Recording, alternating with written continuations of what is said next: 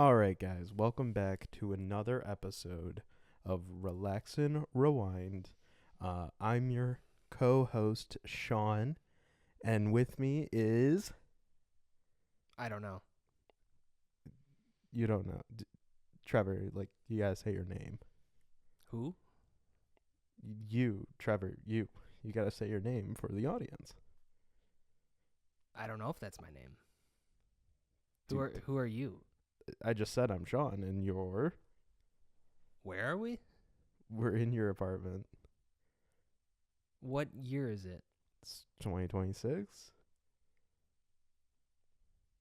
Can I smoke? I mean, it's your apartment, man.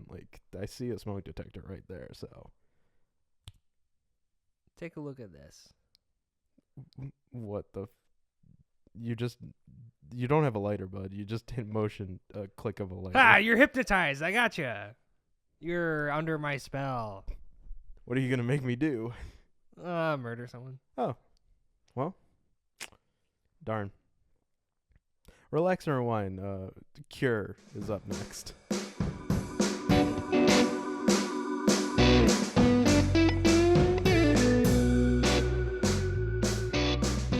All right. Actually, welcome back to Relax and Rewind. I am your co-host, Sean. Trevor here. Yeah, and we are covering the 1997 film directed by Kiyoshi Kurosawa, 1997's Cure. Trevor, this was your pick. Yes. Start it every episode. You know, I always ask why you picked it. Well, So I wanted to. So we're not gonna ask that actually. So we're not. no, we are. I'm Oh. joking. I'm joking. No. Okay. Well, the real story is it came up first in the old letterbox shuffle, but Oh, I forgot. there's our reason it was on my watch list, and that's because I thought it looked cool. That's it. Yeah. I read the description. I was like, that's neat. And here we are. And boy, was it a good choice. It was. So I know you hadn't seen it before. I mean, I love any movie that's like a detective story. Yeah. That's my bread and butter. That's my jam. That's my some other third thing. It's just the best kind of movie, really. Yeah, I had seen this movie, and I have a probably you put it on your watch list because I watched it. To be honest. Don't take To be credit for honest, it. I I have independent thoughts. So Don't take credit. I'm for gonna that. take some credit. No, but you're not. I have watched this in the past.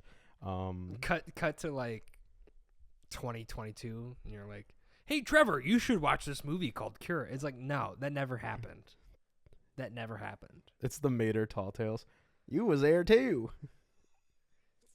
No, No? I'm not buying it. Oh my gosh. Okay. I saw it. I found it on my own. I know you're a Criterion collection. I did watch the member. Criterion Collection DVD or Blu-ray that I had of it. Yeah, of course you did. So You snob. it was a nice transfer. What can I say? It's worthy of being a Criterion collection movie, I think, after watching I think it. so too. So I'm assuming you liked it. Yeah. So, No, yeah. I liked it a lot. I Yeah. think, like, genuinely, that was impressive stuff. Yeah. I think It's a slow burn, though. I'll give it that. yeah, off mic, I told you that when I first got in here, I was like, I know I was like super stoked when you picked it last time, because after our Gattaca episode, you were like, Cure, and I was like, ooh, I remember really liking it, but I hadn't seen it in almost coming up on 4 years, like literally. It was 2022. Time's crazy, by the way. Oh my gosh. Dude, it's St. Patrick's Day. I got a beer. I got a beer too. And, like, I don't know what's wrong with me, but, you know, I've had a couple. It's St. Patrick's Day. And, like, I'm not, like... This is my first. The gases are just getting trapped in... Like, I'm not burping properly. There's something going on. Like... Yeah. It's like... No, it really feels is, like, bloating. It's I'm, like, bloated. I know. Right now, it's just like, why are we even recording this? We could literally just be watching hippos right now. Oh drinking yeah, yeah. beers. So that's the live stream of choice this time. I got live footage from Africa of some random animals. Yo, we got the baboons. There was a hippo. It's showing the highlights right now. So Yeah, hopefully that's it our goes back lives. to live. I like this tradition of having a live stream distracting us from. Honestly, I The think it's topic at perfect hand. because like if we get lost, we just immediately go right back to. If there was something like applicable to Cure, maybe there's like a detective noir like live stream or something. That'd be cool. We could probably look for it. While you look for it, I'll explain Yeah. my what I was saying of like, so when you picked it, I was very excited because like I said, I had seen it before, but I haven't seen it in a while. I remember really enjoying it. I didn't quite remember like my feelings while watching it because it was during one of my like I remember watching it in my dorm room. And oddly enough, I did not tell you this, but you remember Be Real?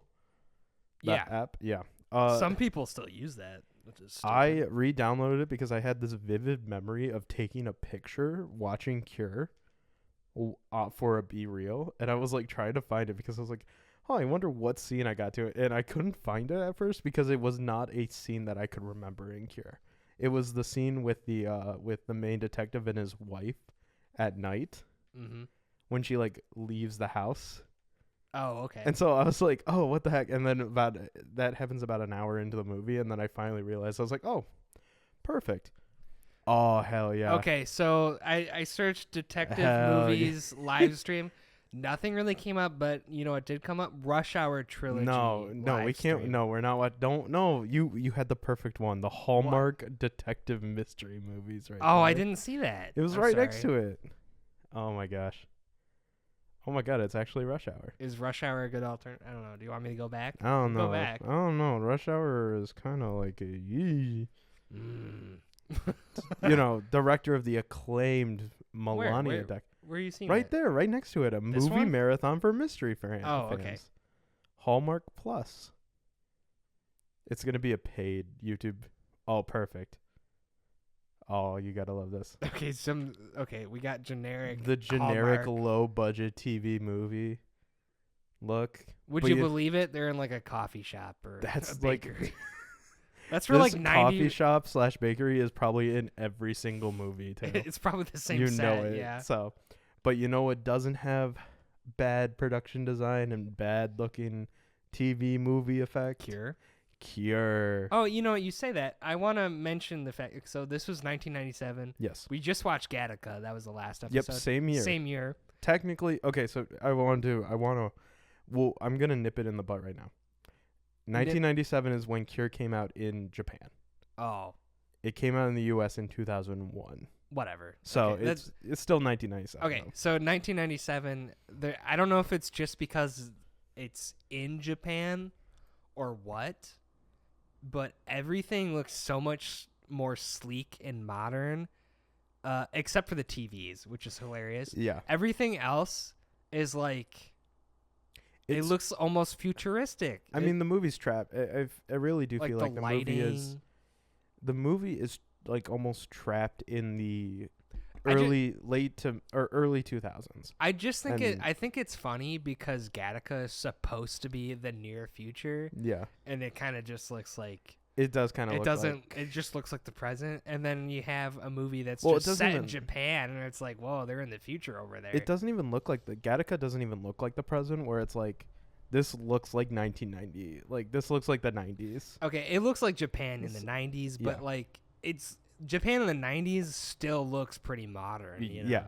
So, and I think that it actually brings up a good point where I was kind of getting at, where I was like, I really liked this movie, but I couldn't quite remember if like I like loved it. I gave it, my original score was an 8 out of 10, so it was 4 stars on Letterboxd. And I was telling you off mic, I think this time around, I was like, this might be, like, if I watch it one more time, I could see this being in my top 4. Like, this movie is so good. I do have some issues with it that isn't keeping me from like a perfect score, and we'll get to that. Okay. But it is a lot better than what I like thought it was like originally. And I think you brought up a good point where you're like the look is very like is modern. It's not a futuristic thing. Cuz this movie is like the story is very elevated as well. Like it's hypnosis, it's like occultism. It's like it's a horror movie that you're like, oh, something's going on. Like this, it almost feels supernatural. Oh yeah. But it's actually more grounded than you can, like, it's set in that grounded like realm. And I think a good comp to like a more recent one, I don't know if you saw this, but I know I watched it. And I really loved it. And I think it was like number 3 on my best of 2024. Longlegs. Did you watch that? Yeah, I did watch Longlegs, and I was really disappointed with Longlegs. See, I feel like it's a good comp because it's like very grounded story, very grounded in reality, but it has like a heightened sense of something that could be considered supernatural, where this it's too past Diverge in the Woods with Cure and Longlegs. But that's such an interesting comparison because with Longlegs, first of all, I bought into the hype machine. Like, you know, it had those trailers. The trailers were amazing for Longlegs. Like, fantastic trailers. Which I do. Honestly, some of the best trailers I've seen for any movie in recent memory. And then, so I had really high expectations. And then I watched the movie. And then, in a similar vein, there's a lot of homage going on, right? Mm-hmm. And I think because Cure has an homage to, like, several different movies, and even might have been like before a couple movies that kind of do something similar because it was 97. Like, right? like what do you mean? Like, well, I was thinking of The Ring, and I know the American version of The Ring came out after that.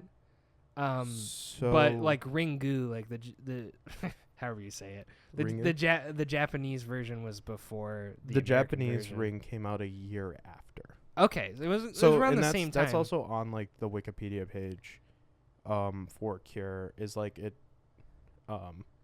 I know Wikipedia is not like the best source, but still it's like it works.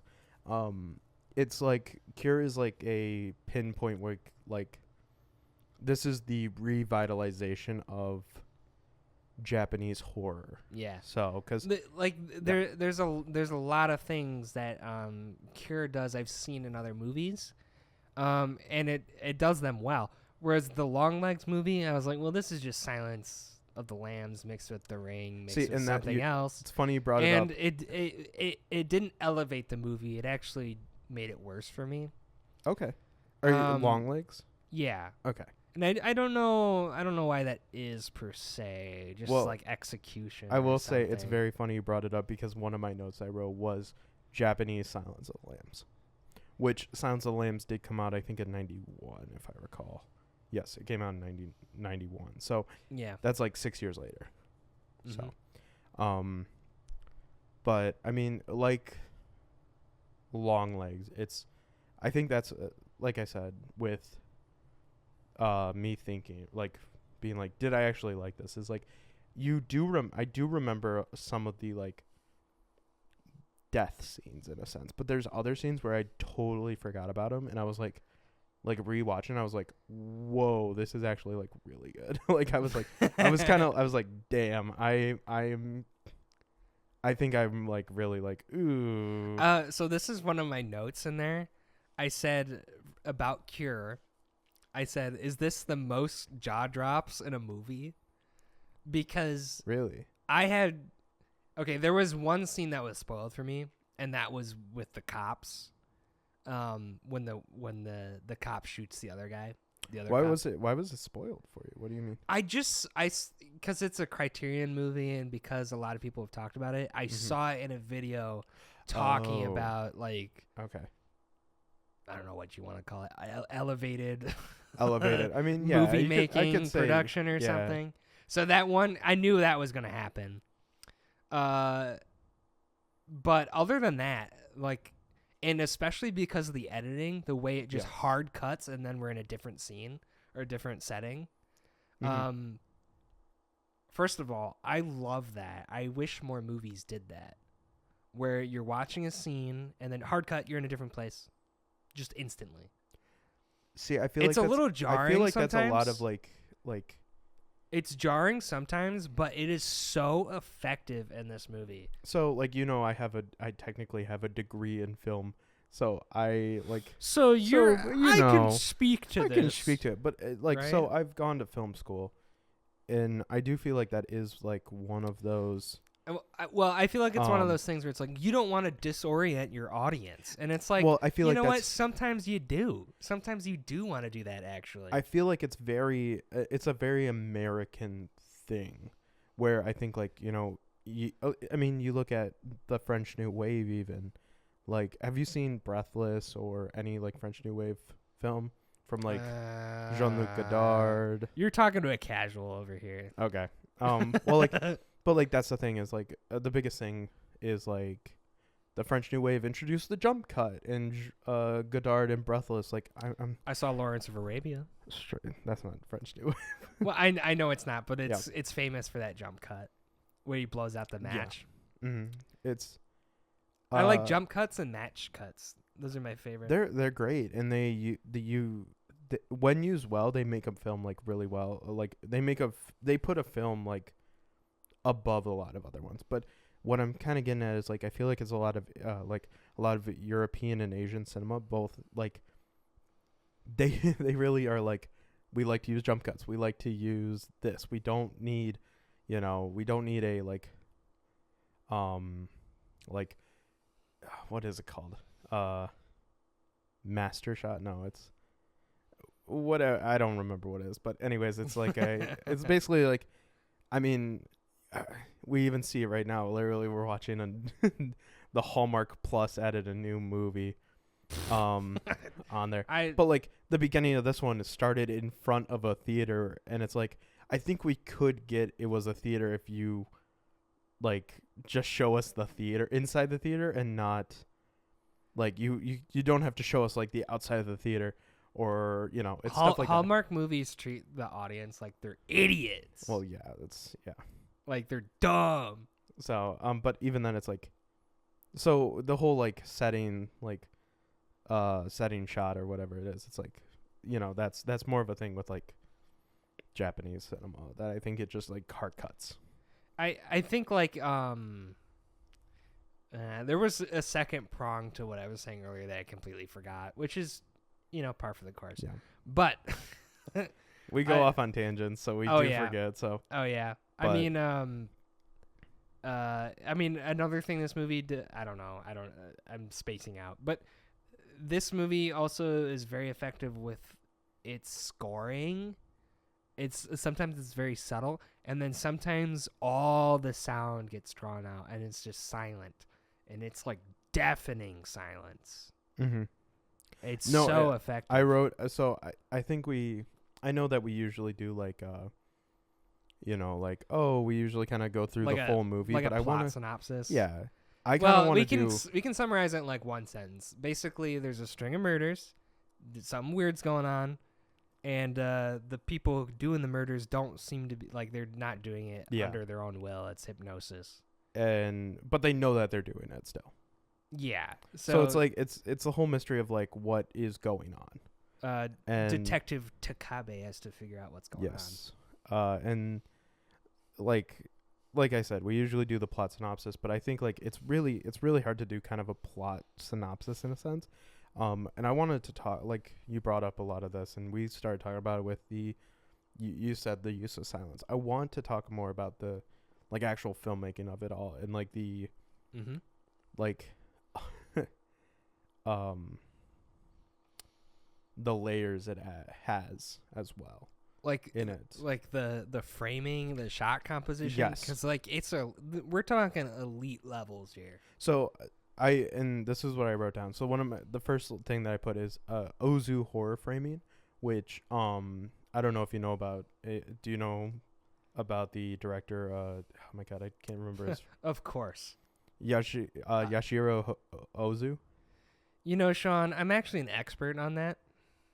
Okay. But anyway, but I'm gonna let you talk about it just to be sure that so you can remember. You know what you're talking about. So if you don't know Ozu, he Firemaster Ozai. No. Okay, it's not an he was Avatar he thing. basically he was a director in Japan. In like he made movies in like the 40s to the 60s. Okay. He passed away in 1963. So but like a lot of his stuff is very silent. It's very in the framing. He's well known for framing like things within frames. Mm-hmm. So like he would take so the shot you talk about the police, the guy getting shot. Yeah. Then there's like a few minutes later it cuts to all the police, like all the detective and like the crime scene investigators like all kind of standing there. What I think that's the best shot to describe it, where it's like, okay, you have the outer exterior where they're putting like the numbers down for they're taking pictures of the blood and everything. Yeah. And then that's the main frame. You go into the actual precinct, there's more people. Yeah. And then it goes in again and there's that little like window and that's where the detective is.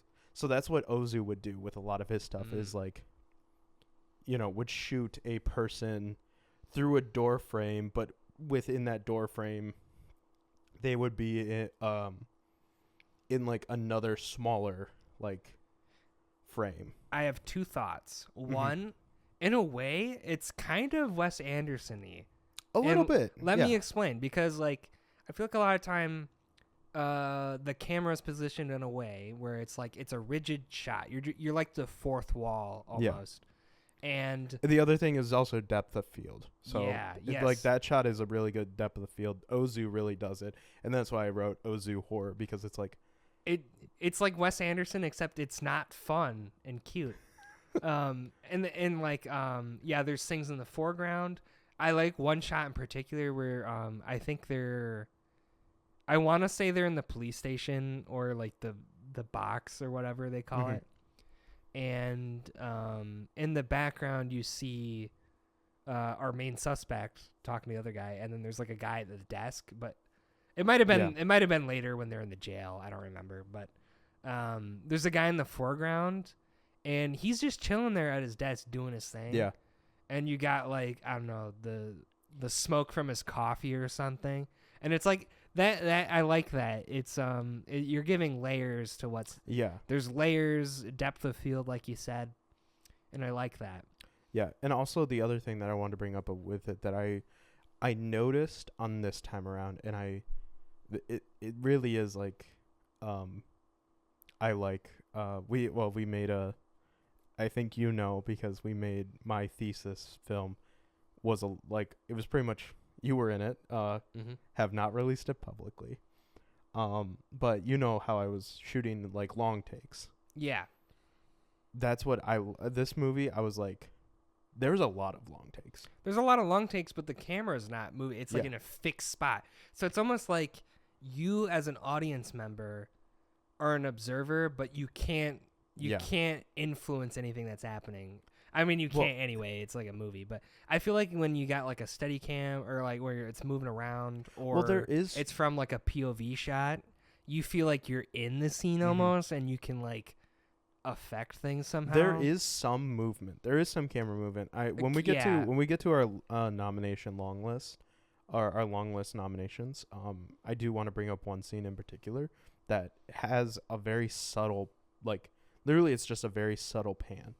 And I only clocked it when I like rewound it because I was like, oh shit, like this is really good. So now my second thing I was gonna say is it's more of a stupid thought, so just brace yourself. I don't know why, but the Cure, the movie, it's giving squares. Like there's like well, I mean, like, I don't know what the aspect ratio of the jail movie is. cell. The jail cell is literally this room, and you turn a little corner, and there's a little square where his bathroom is. Yeah, it's like there's something about it. It's like rigid and square, and then there's like squares within squares. I just watched Cube as well, so it's tangentially related to Cube. I watched Cube because it's one letter off from Cure. From Cure. And I just wanted to mention that. Actually, Mostly. no, you chose Cure, and I'd misheard you, and I thought it was. I just watched Cube. You watched Cube.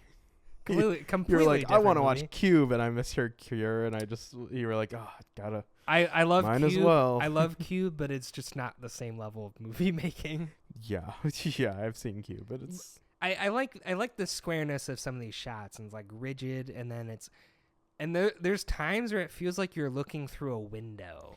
You know what's. And it's cool. You know what's funny? What? I'm looking at you brought up Cube, and I remember I watched Cube the same month that I watched Cure in 22. Coincidence? I watched 4 movies in between my first viewing of Cure and my first viewing of Cube. It is kind of insane. 4 sides, square, everything's connected. Oh my god. Holy shit. The 4 movies that I watched in between was Ghostbusters, the original. Yeah. A Talking Heads chronology. Like, it's basically just a bunch of performances. Like, it's a bunch of Talking Head performances. Yeah. Marvel's Werewolf by Night. And then Buddy Bebop versus the Living Dead. Do you know what that movie is? No. So, do you remember the Michigan governor election in 2022? No. It was Gretchen Whitmer versus the Republican candidate Tudor Dixon. Oh. Tudor They made Dixon, a movie about it? No, Tudor Dixon was a really washed up actress. Like, she tried to be an actress. She was a character. And she was a character in this movie, and is actually the worst movie of all time. Like, this movie actually fucking sucks. According to Letterboxd, only 14 people have seen it. Whoa. And have logged it on Letterboxd, and I follow one other person that has seen it. That's and crazy. He was a friend from college, and it's like, my God, it is so bad. It's probably like Melania levels of bad. Oh, it's probably worse than that. But it's probably worse than that. But anyways, yeah. I watched Cure, obviously. Cube 2 Hypercube. You know what else I watched? What'd you watch? Sphere. No way. Is there actually a movie called Sphere? Yeah. Oh God. You might be surprised by who's in it. Hold on. Sorry, we're going on a tangent. Can I give me one hint, and I just want to guess? Oh boy, I don't. Well, there's Samuel L. Jackson for one. Jesus Christ! No way. Sphere movie from 1998. A lot of movies from right around that time. No lately. fucking way he's in this. You know who else is in it? No fucking. Oh my God, this is actually like kind of a decent cast too. That doesn't mean the movie's good, Sean. Yeah, I know that. It's according to this, it has a 12% on Rotten Tomatoes and a 2.8 out of 5 on Letterboxd. I was kind of falling asleep when I put it on. It was free on YouTube, right? Yeah. And I wake up and Queen Latifah's like getting murdered by jellyfish. Yeah, I do see Queen Latifah. And are you talking about Dustin Hoffman being the lead? I didn't mention that, but yeah, he's in it. Liev Schreiber is in it. Yeah. And Huey Lewis of Huey Lewis and the News is also in it. Yeah, it's crazy, isn't it? Oh my God, that's so funny. Oh my God, that is. You know what? That goes on the watch list. Yeah, I don't know. Our next episode of Relaxer Rewind, Sphere. No, it was bad. It's like The Abyss meets Event Horizon, but like bad. Oh gosh, It's so bad. Oh my God. But anyway, back to Cure. Oh yeah, there it is. There's your review. Back to Cure. Yes.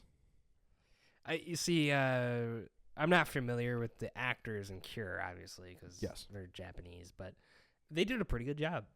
Yeah. I will say that. I love the lead guy is Detective Takabe is really good. That is Koji Yashiko. Don't hurt yourself. Yagasho. He I didn't realize, but he looked familiar. I want to say okay. You know, because I meant, it's all everything's related, everything's circular. Yes. There's one shot of him in particular when later on towards the end of the movie, when they're like in the courthouse. I don't know what it is. It's kind of a court where the other guy, there's like yeah, it's like they're in front of all the like. It's almost like he's on trial or something, like the suspect. And there's a it's like a low angle, like in profile shot of him, and I was like, he kind of looks like an Asian Dustin Hoffman in that one particular shot, and nowhere else in the movie. It's just because it's like the right angle, and it's like in profile. Okay, but so you're just like, okay, yeah. I mean, I can see the Dustin Hoffman. I do. Just from like a particular angle. I can kind of see it.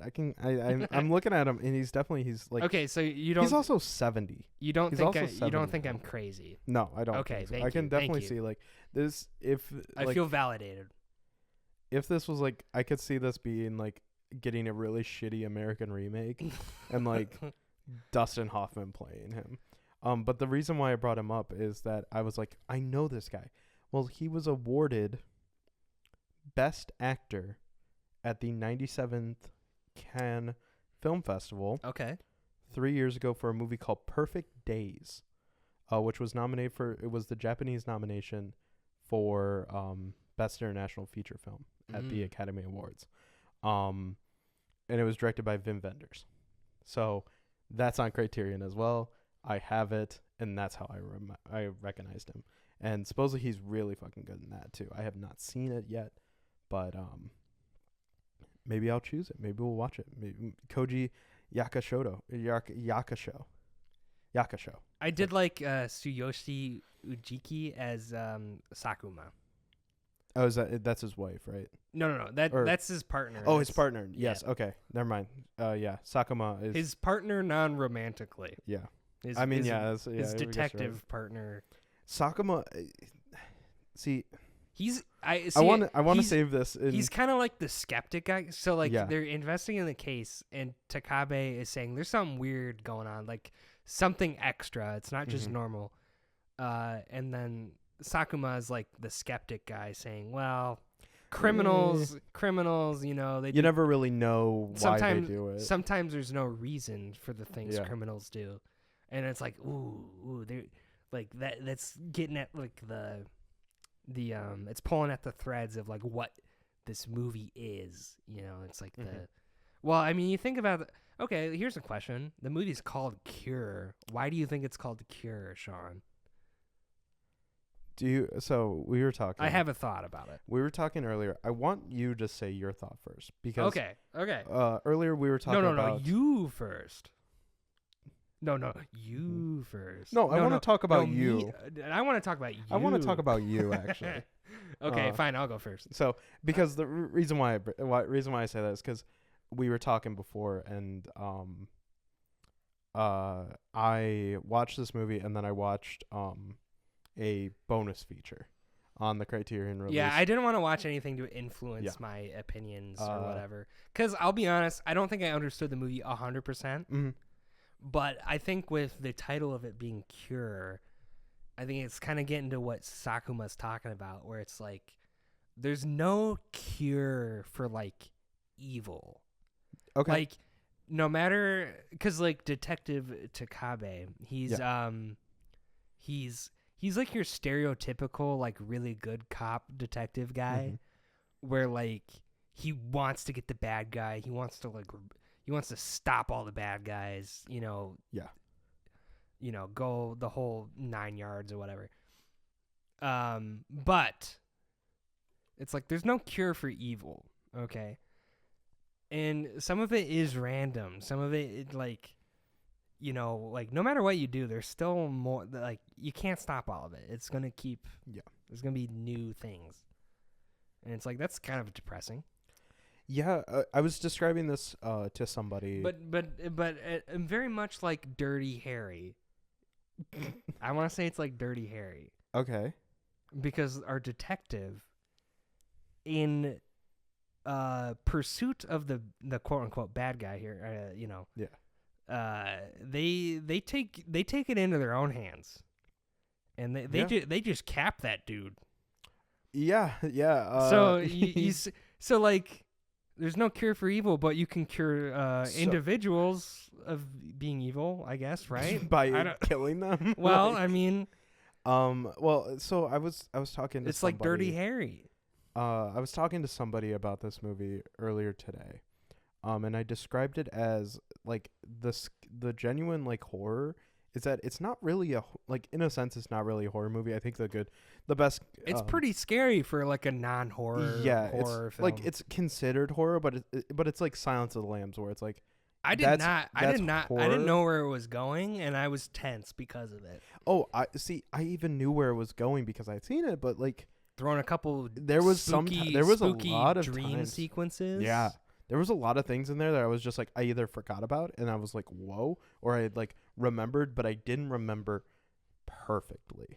But the thing that I was describing to this person is that I was like, this movie is very much like the horror in a sense is scary because of how like random it is, but it also like talks about how it's not as random as you can like it is in a sense. I don't know if that makes any sense, but it's like I don't know if it does. But I think but anyways, it's like basically it's like yes, evil is random, but it's not like this guy is doing this though. So maybe it's not as random as it seems. But it's like it's also but at the same time he's picking these people by random. Masato Hagiwara as Kunio Mamiya. I'm just calling them by their last name or by their I don't even notice. Well, I'm trying here. So Masato, I want to say it's Hagiwara, but it's not a J. It's a G. Hagiwara. Yeah. He did a great job of playing this like nonchalant, like, but also really evil bad guy. So I was gonna bring this up when we did the long list nominations. But I was very like for the first 30 minutes, I was like, I don't know if I'm gonna put him in best supporting performance. I'm like, I might put Sakuma, and I'm like, I don't know if I like. I thought he was more like maybe he's not. Maybe he's like this the entire time. And then just the rest of the movie, like it started to go, and I was like, "Oh no, this guy's." It stacks as this guy's going off. It is kind of a slow burn. Yeah. Because I was excited to watch this, and then like a couple minutes in, it's like, okay, nothing too crazy has happened yet. Mm-hmm. But then it's like the things just keep stacking and stacking, and then there's layers, and now we got multiple things going on. So, and by the end, it really builds. So something. you speak of the end, and then you also were talking about why you think the movie's called Cure. I just decided to watch the bonus feature, like I said, and there's a like 2-minute segment that Kiyoshi Kurosawa talks about the ending and the title, and he says that he originally didn't have this title. I don't know if you saw it, but the original title of this movie was not Cure. It was let me pull it up. I think it was called like Evangelist or something. Or evangelical. Really? I'm trying. I didn't get a lot of like religious tones in there. See, but I want to talk about it. Okay. I'll talk about that here in just a second. Well, I guess occultism is kind of a religion too. So it was called Evangelist. The original title was Evangelist, but it was changed due to a Tokyo subway attack where it like because he was like basically the attack it was horrible. It took the lives of 14 people and injured 1,000 people. Oh, damn. And it was the perpetrators released nerve agent during rush hour. It severely injured 50 some of whom later died and caused vision problems. But it was like a religious kind of thing, like. So it says that it was in order to hinder police investigations into the occult or into the cult and perhaps spark the apocalypse the leader of the group had prophesied. So it was about it was about like a cult. It was a cult thing. It's like the drinking from the punch bowl, but they went on the offensive. Yeah, to cover it up. And like horrible attack. And so to avoid, it says here, to avoid religious cult connections to the crimes, it was retitled Cure. Interesting. And I think I still want to talk about the occult because I do think it's still in that movie, because even though it's like, they want to avoid suggestion, there's very much like connections to it. But this is what Kiyoshi Kurosawa said about the ending and the title. And this is verbatim what he said in that thing. Okay. Because they were showing clips of the ending and stuff, and he said it, quote, in the end he finds real peace of mind, but in return for that peace he probably becomes a criminal in the end. He may become an outcast. He may cause trouble for society, but in return he may gain peace of mind. So he finds solace through this harrowing experience. If we see it that way, then we could say he was cured. Oh. So I'm like, so that that adds into a lot of like why I was like so intrigued by the ending, because, and I wanted to bring up like, that's interesting. Like, it kind of also goes in the randomness of everything. It's like, and it's the occult, and I also put like hell. One of my talking points that I put was hell references. There's a lot of hell references if you look. Yeah. So you have, and I'm just gonna go. Oh my gosh. It's St. Patty's Day, It's St. Patty's Day, man. Let out the beer burps. The beer burps. It's okay. Ooh, that was a good slurp. I hope that. Yeah, I hope that made it. I hope the mic. Bat blue, baby. I hope the mic picked that up. But anyways, the hell references. So you have the shot of that they continue to go back to of flames. I thought it was so fascinating that Mamiya, the bad guy, Mamiya. I don't know how to say that. He uses the flame to hypnotize people, but he also uses water. Yes, he only uses water that once though. He tries to a second time though when it's raining. the water it puts out the flame. Weird. And I think that's the thing is like water does help, but here, so there's that. That's there's like an elemental thing. I was like, is he gonna hypnotize someone with a rock next? He just clanks them together. It's Avatar, The Last Airbender, but like hypnosis. Do you think Aunt Gladys from Weapons uses this type of hypnosis, and hers is earth? Well, she's more of an earthbender because she uses like a tree, like a tree she uses branch, the sticks. like a stick. It's kind of an earthy thing, right? But so anyways, I don't know how you would use air to hypnotize someone. Yeah, but like they get hypnotized by flames. That's could be considered like the fires of hell. Totally understandable. If you're sit around a campfire, just like whoa. Yeah. He also has burns on his back, and that's how they like get in. And it's like almost like it helps them identify him. Yeah, it almost like he went to hell in a sense and got burned. And it's like, and it's on his shoulder. Yeah. Which could also imply like the devil's on your shoulder telling you to do this. Sure. He also like the first time we see him, he's like on the beach somewhere. Like, what was he? Birthed by the ocean or something? He just appears. Did the ocean spit him out? And then also like there's the fall from grace. He's like a doctoral student. Like studying this. He's literally studying hypnotism, and he has like a big fall from grace, and it's almost like, okay, so there's that. Like he's drawn in by the devil. Yeah. And also, did you notice all of the people that is quote unquote corrupted by or hypnotized? What's the connecting thread there? They are all, at least the three that we see, or the three that we know about. Like, I don't consider the first one, because, like, he's like, oh, that's just the first guy who finds it's just the first guy. It's the first kill, and it kind of sets up the story. It's like Hanaoka. Yeah, and it's like, so you have like, he kills a prostitute in a hotel room, I'm assuming. Oh, yeah, and it's like, oh yeah, who was that guy? That was he's Ichiro Kuwano. Okay. Kuwano. But anyways, we don't really know what he does. We didn't see him get hypnotized either. Yeah, we didn't see him. But the 3 people that we see get hypnotized, which are the doctor, Mm-hmm. the school teacher, Yep. and the policeman. Yep. All 3 of their occupations, you could argue, I mean, at least, like, Those are like the basic occupations. for, like, Society. molding a good society. Yeah.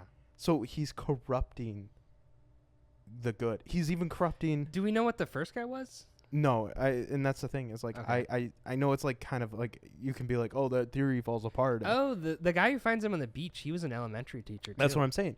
He's an elementary school teacher. Yeah. Then there's a doctor, Yep. and then there's a policeman. It's like 3, like those are like almost building blocks of, like, quote unquote, to have a good society. Sources of corruption. And he's corrupting them. He's even Yeah. corrupting oh my god. It's almost like right now in real Takabe. life. Yeah. All the But, like, important even people are corrupted. Takabe is a detective. He's trying to solve these murders, and he's trying, and Mamiya is trying to corrupt him. And by basically getting Whoa, rage sorry. baited, he gets rage baited, Yeah, he does. and he takes matters into his own hands. He eliminates the bad guy, and in a way, he has been corrupted.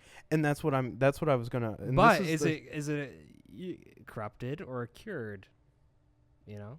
exactly? Okay. And this is where I kind of want to, like, I would say corrupted. start to end our conversation on Cure. I know we're, like, kind of going for it, but I wanted to ask you Yeah. kind of a definitive, like, or I should ask before I ask this. Do you have any other notes? Oh yeah. We'll go over your notes because I think I've let's gotten do a lot of rapid fire. I think I've gotten a lot of what I wanted to say out. There's so much you could talk about with this movie. It's Yeah. so good. My first note is bonk. Poor lady gets hit in the head. I said good song choice. I want to say when we first see Takabe and he's in the car, it's like a really upbeat song. Yeah, I know that we don't get anywhere. I forgot else about in that. there. I'm gonna look up while you say your notes. I'm gonna look up what song that was. I said lots of blood, but I didn't. That was before I knew the whole thing with the X cutting into the person. I said X marks the spot. So I was like looking for X's throughout the movie. It's not like I'm sure there's a lot of hidden X's in this movie. There's like the obvious ones like Sakuma's. Oh, that's such a good shot when he's at Sakuma's place. It's the last time. I think it's the last time you see Sakuma alive. Yes. The last time you see Sakuma, and Takabe goes to see him in his apartment or whatever. He shows him the tape, which is very much like The Ring or whatever. And then he has like a vision, and then you see him go into the other room. He turns the light on, and then you see that there's an X on the wall. So clearly, he talked to our hypnotist. Oh, that was so that's the other thing. He's been marked. That's the other thing. Is it like they've been marked kind of thing? Maybe. Markiplier. Oh, you're long. They've been marked. Well, that was the other thing that I wanted to say. Is another thing is, like, if you look into, like, the devil as well. I looked at what the fuck is this? It's a Hallmark detective Hallmark movies. detective movie. It's a lady with a really bad fake Like, mustache. It's like, oh yes, I'm okay. Anyways, The quality of movie making right there. You get distracted sometimes with these live streams, and It's honestly, it's funny to have as a background thing. It really is. I like how he said that it was like, oh, just in case the conversation starts to, like, go down, we can talk about that. That wasn't gonna happen with this movie. Yeah, and it's like now we're just like, this is an actual thing that I want to, like, talk about, and I'm like, what the fuck is this fake ass beard looking like? Yeah. But the other thing is, like, another depiction of the devil is the devil being like an all-knowing being. He's, I think, omnipresent. Right. Is what it but, like, omnipotent. Is it omnipotent? Omnipresent is like he is everywhere, and then omnipotent means he knows everything. Oh, well. See, that's why I'm a film major, not an English major. If there's anything I'm good at, it is English. So, but a lot of those things, it's like, how would Mamiya Mamma Mia. Mamma Mia. Mamma. Let's just refer to him as Mamma Mia from now on. We'll refer to him as Mamma Mia. But there's that scene in his prison cell, and he says to Takabe, "You saw your wife dead today." It's like that was in Takabe's head. How would he know? I don't know. Which makes me think How as does well. he know that? Exactly. So is he all knowing? Is he a living embodiment of the devil, and the devil goes from one to another? And like the X is like the cutting of the X into the person's like a transfer thing. Well, because also it says that the one later Mark of the Beast kind Mark of of thing. the Beast kind of thing. But like even at the end of the or near the end of the movie, they talk about the original doctor who looked into the Mesmer. I think it's Mesmer. Sorry. He like tried to study Mesmer. The Mesmer? Like mesmerize. Did I am I keep calling him Mesmer? Jesus. Mesmer technique. And he says that he's a part of he was like considered a part of the cult or whatever. But the woman that is on that tape that he hypnotizes, she carved a cross into like her son's throat. So I'm wondering if that X is like, like, here's a cross that's good in a sense, but like an X is like not worthy almost like. Ooh. So okay. I like that. So hard contrast that with my note. When Takabe's talking about his wife, and then I put down my wife. Oh my gosh. Like that's where my mind went. Uh-huh. Because the whole thing with his wife is like she's got like memory loss going on, so that's hard to deal with because she'll just like roam out in the street at night, and he has to go track her down. She keeps turning on the washing machine or whatever when there's nothing in there, so that's always running. And that's a great shot as well in the opening where you don't know what's the deal with his wife in a sense, because he walks in. And she seems fine. Yeah. But he like walks in and it's like, why is the laundry? Yeah, why just is the like washer on? Like subtle, like weird things, and then you kind of don't get it for a while. And then you get it. I thought that whole dynamic was really good. Yeah. I also think the thing with the washing machine is kind of like a general theme. It seems like almost in every setting we're in this movie, there's like something making sound in like an adjacent room. So that I was gonna, we'll get to it. Cause like when the guy finds him on the beach, he brings him back to his house. You can hear the waves outside. The washing machine is constantly running in the other room. Yeah.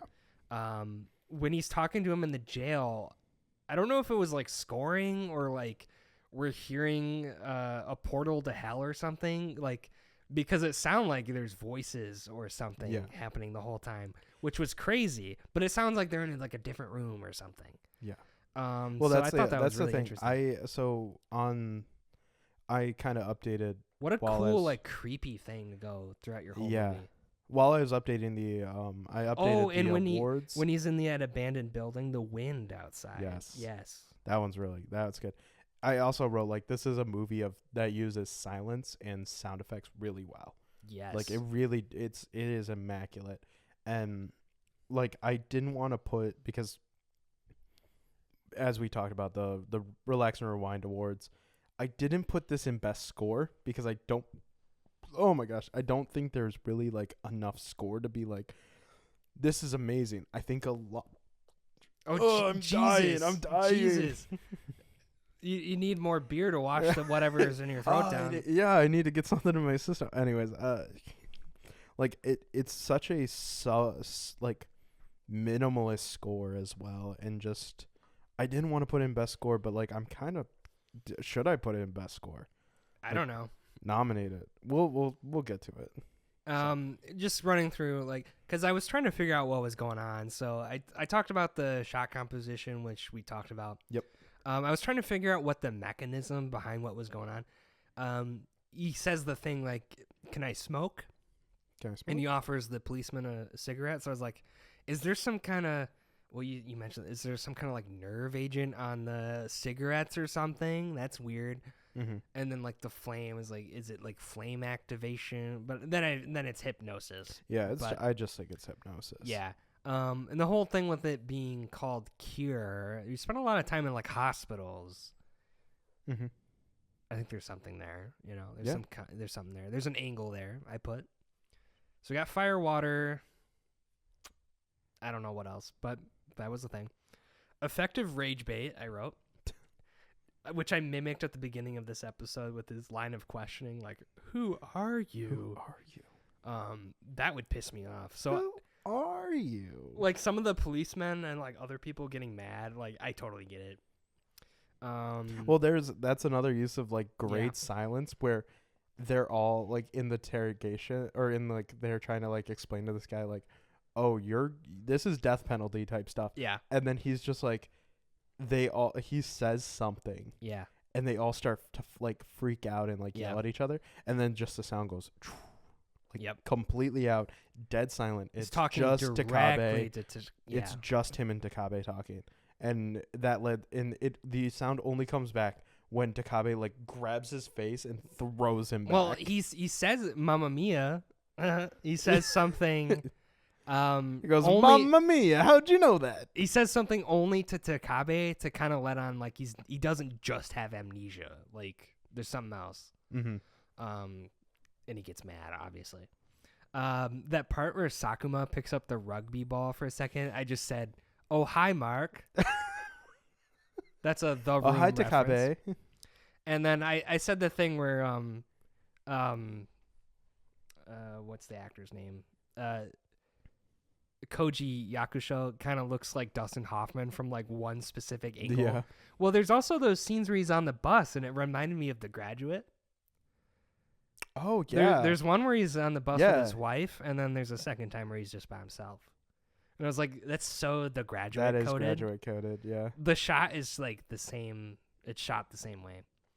See, and you know what's funny is that in that same interview that I was watching, Kiyoshi Kurosawa talks about how this is very much inspired by movies from the 60s. Like, it's movies from the 60s and how it's inspired by I'll look it up. I'm going to pull up probably the cuz I have the Criterion Channel. Did you watch it on the Criterion Channel, by the way? I totally used my own login, not yours.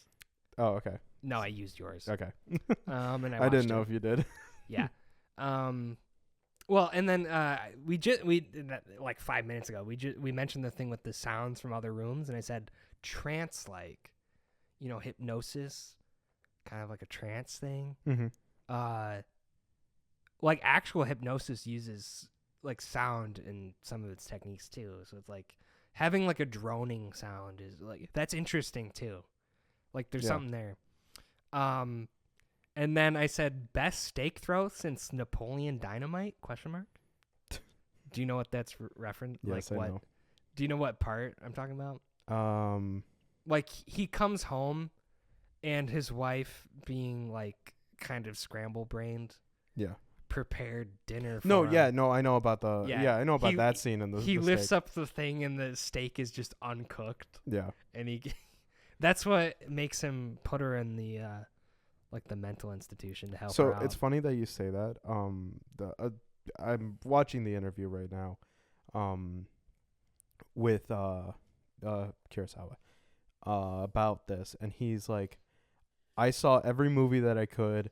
That was around the first half of the 1970s, my high school and college years. The Graduate came out in 1969. Yeah.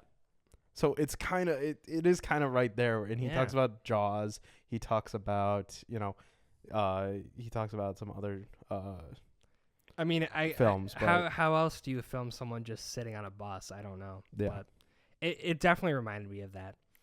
And then I already mentioned how like that one part's like The Ring, and then also I'm looking Silence. I'm looking at Kurosawa's Wikipedia page, and on here it says he is a filmmaking style compared to Stanley Kubrick and Andrei Tarkovsky. But he's never expressly listed those directors as influence. In an interview, he claimed that Alfred Hitchcock and Yashijiro Ozu contributed to the shaping of his personal vision of the medium. Mm. I mean, there it is. I didn't even realize that. But he also he had admiration for American film, like Don Siegel, Sam Peckinpah, Robert Aldrich, Richard Fleischer, and Tobe Hooper. So Tobe Hooper, that's a Spielberg acolyte, right? Tobe Hooper. Yeah. Tobe Hooper is I'm thinking Texas Chainsaw Massacre. Well, I'm thinking of that ghost movie. What's it called? He did direct Poltergeist. Yes. Poltergeist. Yes. And I was like, this is a Spielberg. I actually hated Poltergeist. I did not like it. I was like, this is a Spielberg movie, but like just not as good. Yeah. Well, supposedly he directed some of it, so. I did like how Takabe did not let Mamma Mia monologue at the end. Yeah. He's like, I'm not listening to you anymore. Mm-hmm. I love that. Villains shouldn't always. It's like Guardians of the Galaxy 3. We sometimes the villain does not get to make his monologue. Yeah. No. And then my last note was just holy fuck, because I really liked this movie and it was pretty mind. Oh, but I mean, we should maybe mention the ending where Takabe. So before we mention the ending, I'm gonna ask you the question. Sure. Where we're gonna kind of end this section. We're gonna take a break, and then we'll go into our like little awards and everything. Uh-huh. Do you think Takabe, he has been transferred, like almost like he kills Mamiya? It's a little vague because in him interrogating Mamiya, in him interrogating him, it's like he tries to hypnotize him. Yeah. But it's like it seems like he's resistant to it, or he doesn't. Well, that's when I think like that's when the water helps. I know that he has the lighter and he's like but he almost is like trying to hypnotize him. That's a surreal moment because it's like what do you mean, like what is the roof made out of paper? Like how is there water from the rain coming through? You know what's funny? I know I mentioned it earlier, but I was like earthquake. Did I? There is that like earthquake section. Dude, you're so right because at the very beginning the table is like when his wife what's her name? Well, even Fumi is at the institution or whatever, and the table shaking. Is her leg doing that? I don't know. And then there's a scene later. I want to say it's like at the police station or the jail. No, it's at the jail. Yeah, and stuff is just shaking around. Like earthquakes are common in Japan, but it's like we got fire, earth, water, earth. Where's the air? What's the air related thing? Smoking. Oh, it's visual air. That's actually not stupid, Sean. Good you're good. I think that's it. There's something there. There's something there, and maybe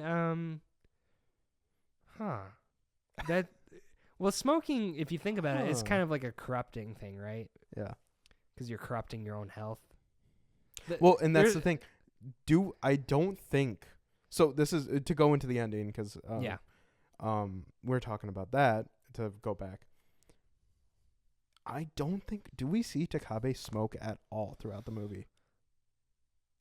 I don't think we do. No, he doesn't smoke. In that last scene, he's smoking. Oh yeah, is he? I don't know. No, he pulls out a cigarette because that's where I'm saying he's been corrupted. I think he's been corrupted because he pulls out a cigarette and lights it, and I don't know if the lighter is supposed to be the same thing, but like, do you think he just took his lighter? Like, I think you're asking for trouble if you take like the cursed hypnotist. He's like, shit, man, I want this. I would not take that. Yeah. First of all, I just want to comment on like how amazing the poster is for this movie. Oh, which his one? His face. Well, I'm looking at the one that's his face, and then you see the flame in his eye. In his eye, yeah. I think that is the poster. So rad. If you're watching this on YouTube or like listening, so cool. That will probably be the poster that is on the side. It's on IMDb. Yeah. That's the one they use for that. So. But, yeah, no, oh my gosh. We should see what the Reddit nerds say about this movie. They got to be onto something, right? They probably have definitely talked about it. They definitely are talking about it. Oh my god, it's such a good poster too. Holy shit. But This movie rocks, dude. this movie is amazing. So do you think to end it? Do you think that he was corrupted at the end? I want to say yes because so he's in like a diner. Mm-hmm. Someone comes up to the waitress, whispers something in her ear. She kind of walks off, grabs a knife, And then that just ends. cuts. That's where the Cuts. movie ends. it's So like I feel like he's the next Mark. He's gonna be the next person with the X cut into them, right? I don't think it's him. I don't think he's the one that has the X. You know what else this is kind of like? It's kind of like Smile or Okay. some other movie where there's like a chain thing. Mhm. There's like a brain worm chain thing that makes you murder someone else, and then the chain keeps perpetuating. Damn. Like evil cycling through, and it never ends. See, if it Smile is actually low key not that bad. I know some people were shitting on that movie. It's actually not that bad. Yeah. But Haven't seen it's it. a little bit on the nose. This movie, Cure, is way more subtle with everything. Mm-hmm. It's saying, like, you have to do a little bit digging, and like we've kind of demonstrated, you can kind of interpret like different things out of it. Yeah. But I think that signifies he's gonna have the next X cut into him. That's what I think. See. I don't think he's gonna be the one with the X. Or maybe cut his into. face will get peeled off. I think he is going to. I think he's. That was the grossest part, don't you think? We're gonna get to that. Okay. We'll get to that in the awards. A little spooky. But I think that he is the reason why, because that girl, I don't know if, like, she or like I don't know if the girl whispering in her ear triggered anything. Maybe she's just But coming she's- back to like cut a cake or something. They are at a restaurant. I mean, hey, you know, but cut a pie. at the same time, she's walking up as he's smoking, as he's like, He's not in the frame with the- anymore. no, he's not. That's interesting too. So The frame But- composition is like deliberate, and I don't think anything's by accident. oh yeah, no, He's not the focus of the scene anymore. yeah. It's kind of like we've moved past him. Well, but like even then, I don't think he's the one that gets the X in his throat, because she's not going towards him. Well, she's walking around tape. She's gonna take a hard right and then come straight towards him, but we don't Okay. get to see that. I think Fair. maybe So. it's ambiguous. I like that, Yeah. and also, while we're talking about the end, Mm-hmm. and then we get the credits. It's it's written in Japanese, so it's like vertical writing. Yeah. And it rises up, and it's coming through like a shape. Yeah, I didn't quite Like- get the shape. I don't know. First of all, it looked cool as fuck. I'm gonna say Yeah. that. It was like crystal clear. Like, that was cool by itself. But like, there's got to be some significance with the shape. It kind of looks like a lightning bolt or something. I thought it was Like- I genuinely thought. You know what it looked like? It looked like the motion that he makes on the car window. Like he's driving and like he like wipes the car window of like condensation. It looked kinda. like that. It looked like that a Kinda. little bit, because I immediately clocked it, because I thought he was gonna draw an X. You clocked it. Oh yeah, So you're using that lingo. You clocked it, huh? I did clock it. Well, I thought it was interesting. Yeah, the only thing on IMDb about the crazy credits is that there are no opening credits, with the exception of the movie's title. So, but anyways, There's plenty of Reddit threads about it. The Reddit nerds they're a muck. there's lots of threads about this movie.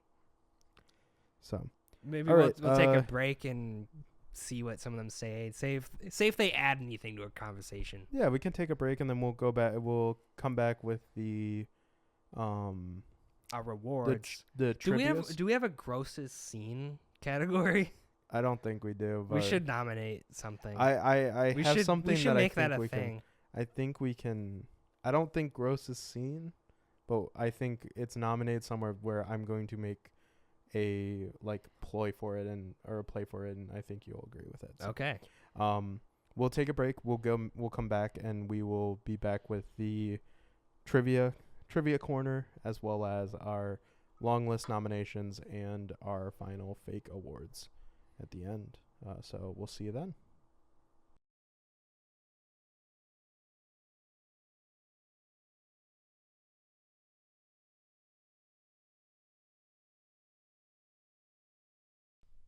All right, welcome back. So we will start. We during the break we looked at the trivia and it's not a lot. So we'll start with that so we can get through that pretty quickly. Well, hang on. I just want to mention how like Hallmark's idea of a detective movie is them like mostly in like, I mean, they were just in a kitchen a second ago. Mhm. Like, I don't know. There's not a lot of detective work to be done in a kitchen. No, well, she's the baker and she is the detective, though. Like most of it was still in the bakery. It's like Yeah, it's fine. there has to be a Ugh. bakery involved. You know. See, you just don't like that. This is cinema. Peak cinema. This is just peak cinema, and you're just like rah, rah, rah, rah, rah. Hallmark's answer to Cure. That'd be an interesting movie. Hallmark Cure would be fucking crazy. What if Hallmark just started making really banger movies, but no one noticed? Dude, honestly, good for them. Straight up. Like, I would... fuck. Good for them. So... Yeah, well, the trivia is kind of lacking, and then the Reddit posts are like full-on novels. Oh my god, I'm not reading. I'm not reading all that. So what are you gonna do? I don't know. We're screwed. Well, come on, you got the. Okay, let's see what IMDb says. Let's see. Where's the trivia?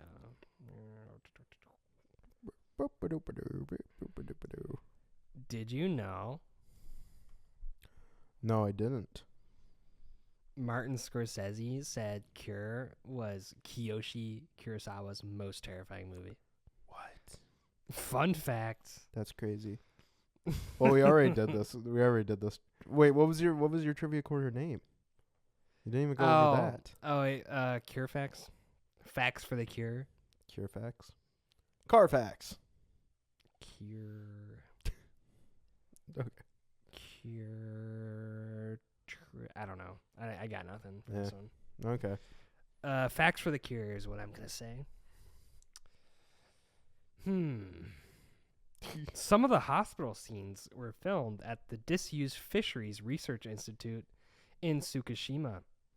Wow. The same building was the primary shooting location of Hirokazu Korida's 1998 film Afterlife. So interesting. That's helpful. I'm going to thumbs that one up. Oh, wait. I don't have that account. No. Fuck! Damn it!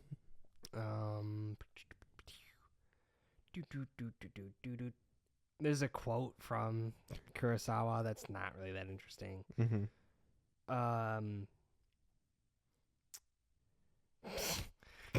In October 2022, physical copies of Cure became much more accessible when it was released on Blu-ray by Criterion Collection.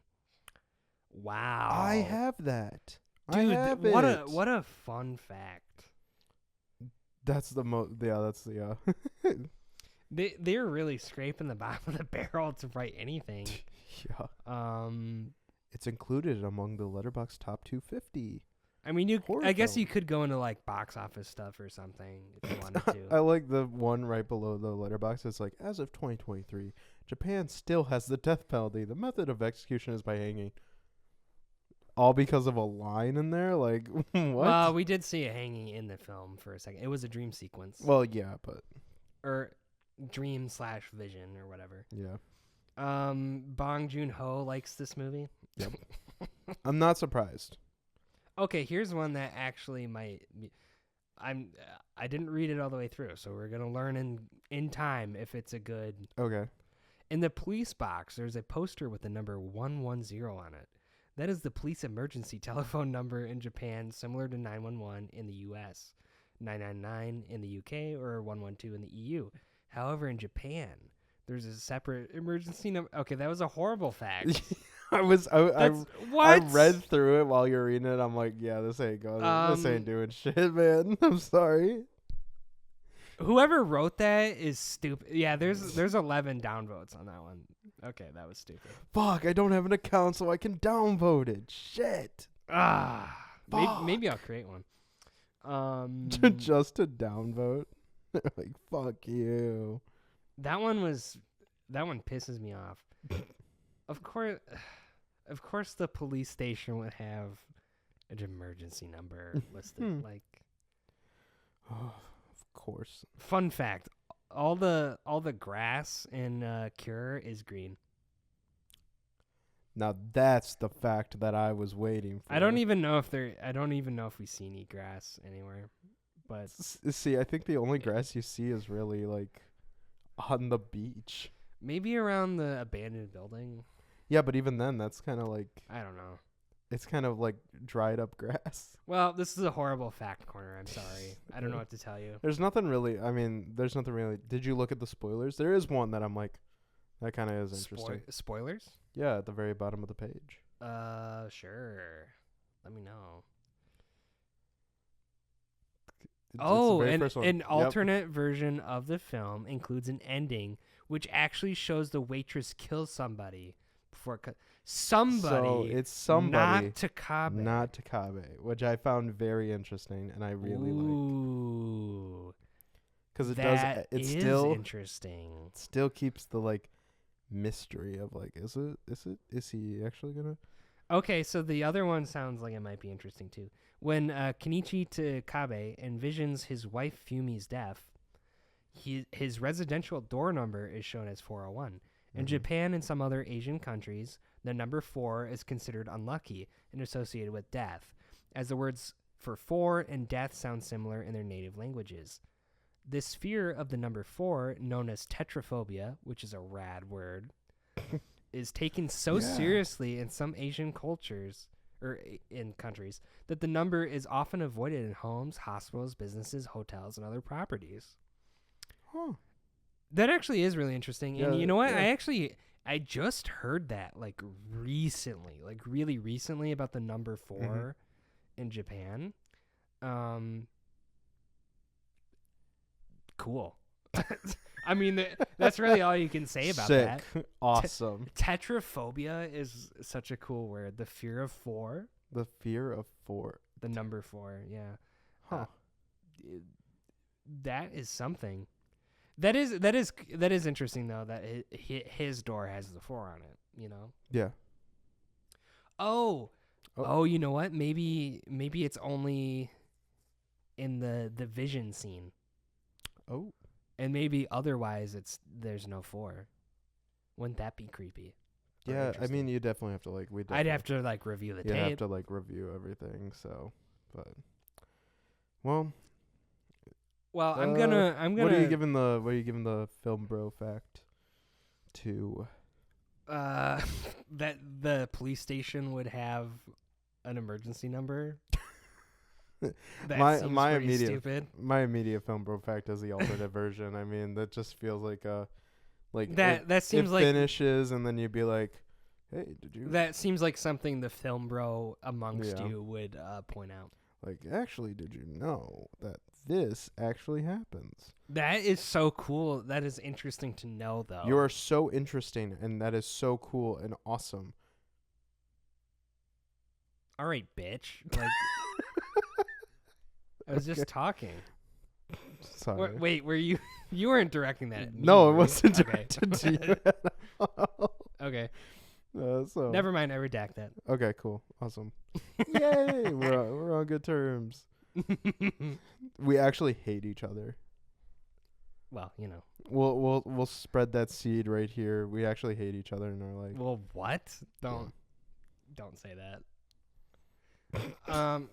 Okay. Cure is a good movie. Yeah. So, and because it is a good movie, we're gonna go on to our long list nominations. So if you don't know, we are I will scour the internet for something while we're doing that. we can bring it up. So, but at the end of the year, we're gonna compile all these episodes. We're gonna do one final episode, for the year that is like our Oscars equivalent, for the Relax and Rewind awards. So I've added. This is where we are gonna create our long list. So I've already added Cure into Best Picture. I've added Kiyoshi Kurosawa into Best Director. Best Lead Performance. The only one that is Koji Yakusho, Yakukusho Uh, as Yakusho. Yakusho as Takabe. I think that's really the only performance, like the lead performance. Would you put Masato Hagiwara? I think his performance is a little underrated here. I think he did an excellent job because he's playing Is he he's is he lead or is he supporting? I would say that maybe Takabe is the only lead. That's per what I se, was thinking, but, because those are those two I was gonna put in supporting, or Takabe is in lead, and then Hagawara is in supporting. Is there any other supporting performances that you'd want to put into our long list? Because supporting yes, Tsuyoshi Ujiki as Dr. Sakuma. see, I don't know if he. No, I feel like especially in towards the beginning of the film, I do feel like his skepticism is important. Yeah. For like the discussion between him and Takabe. Okay, so you want me to put both of them in best supporting? Sure. What about Fumi, his wife? Because I don't think she's in enough. Played by Anna Nakagawa. Like, I don't think she's I don't in think it that much. I don't think she really is like in it enough. She doesn't really have a lot of lines. So they do have that whole thing. well, where I mean, it's not even that. It's just like, is her performance like good enough that we would like want to give her an award? Like, because that was my thought process also with oh my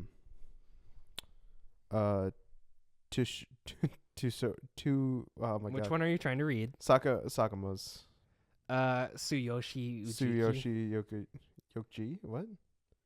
Tsuyoshi Ujiki. Tsuyoshi Ujiki? That's Kiki? I don't know. Anyways, we're trying. Yeah, I think Tsuyoshi is definitely correct though. Yeah. I'll say that.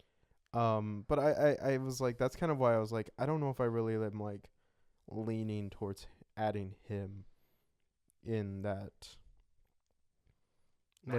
performance. But I mean, we can add him. That's definitely fine. So we will add those two to best supporting, and then here's best one scene wonder. I put Denden, I think, Denden? as Officer Odia. Oida? Oida. We're sorry, people. We're sorry. The reason why is because I think the reason why I put him in one scene wonder, best one scene wonder, is for his scene in the interrogation when he's being interrogated. And he you know what? That was good. Yeah, that was he's good. under the thing, and he does like the X with like the with the con swab or whatever it is. And then the other one that I put in there that I wanted to see if we wanted to nominate was Yoriko Doguchi. Okay, what Who plays Dr. Akito, the girl. you put okay. Akito? Yoriko Doguchi I said that. played Dr. Akiko Miyajima. Literally said that. You Literally fucking said that. You didn't say it right. I literally said it correct. No, What you are didn't. you talking about? No, you didn't. Anyways, she's the one that gets Hypnotized? she's the one that gets hypnotized by the water. I thought that scene was really good as well, and that's why I put her in best one scene wonder. Even though technically she has another scene in the bathroom. She played off Mamma Mia really well. But I think like those two would be in my best one scene wonder. What do you think? Yeah, okay. I agree. Okay. And then goes on to best scene. I only put 5. I don't know if we want to put all of them in, but I put the water hypnosis scene.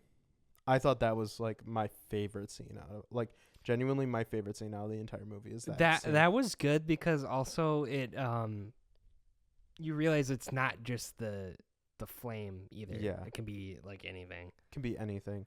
And then we have the interrogation of Mr. Odia. I don't know. I think in the movie you hear him like Oida. Oida. Okay. But that's then, what I but wanna say. anyways, interrogation of Mr. Of detective or of Officer The Oda. interrogation scene was really good. Yeah. I And then liked I have Mamiya's apartment search, where it's just Takabe in there. Yep. And then he Uh, finds the monkeys. We didn't really talk about the Yeah, we animals. didn't talk about that, but There is a connecting thread with it. So while we're so I did Google Cure 1997 movie. What does the X mean? And Google's AI overview says, oh god, the X carved in the neck of each victim symbolizes a profound, cynical act of violence, representing released inner rage, acting as a signature for murders committed by hypnotically influenced ordinary people. It represents the merging of destruction with a perverse form of healing, freeing victims of suppressed societal burdens. okay. So, symbol of transference. We kind of were on the right trail there. Yeah. X is a visceral marking. Yep. And then contagion of rage. It's like contagion, like spreading a disease. Mm-hmm. Oh yeah, disease. Like that was kind of like the It's brain, kind of like the brainworm thing I was talking about, where it's like kind of also the like smile chain of murders. I think that also kind of works with the monkeys in the thing, because monkeys do carry disease and everything. Every animal contains, But they carries carry diseases. they carry more. Don't blame the monkeys. Okay. Okay. Sorry. But it says perverse cure. The marking acts as a final dark act of liberation, ironically curing the perpetrator of their societal anxieties and repressed desires. So I think that kind of touches on the Dr. Akiko character. Yeah.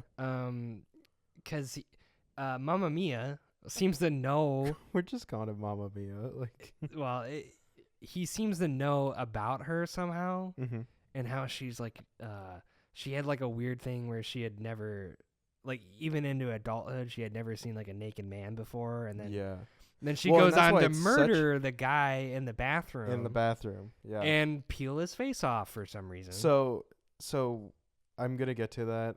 For best scene, the other two that I have is Mamiya and Takabe talking their cell room talk. So that's when Takabe goes to a cell room. That's where Mamiya says like, let's see what does Google say about the monkeys real quick. And then the last one I have is the ending, the last like scene. Yeah. I personally, the only two that I really put in is the water hypnosis and then the cell room talk between Takabe and Mamiya. Would you want to add anything else? Sorry, I wasn't listening. For best scene, would you want to add? The best or do you scene, agree? Best scene, you could realistically nominate about half of this movie. I know. I liked. That's why I wanted to I want to break it down to like 2 or 3. Ugh, sorry. St. Patty's Day burp. I think you could nominate both, or any sequence where the hypnotized or potentially hypnotized person's having like a vision.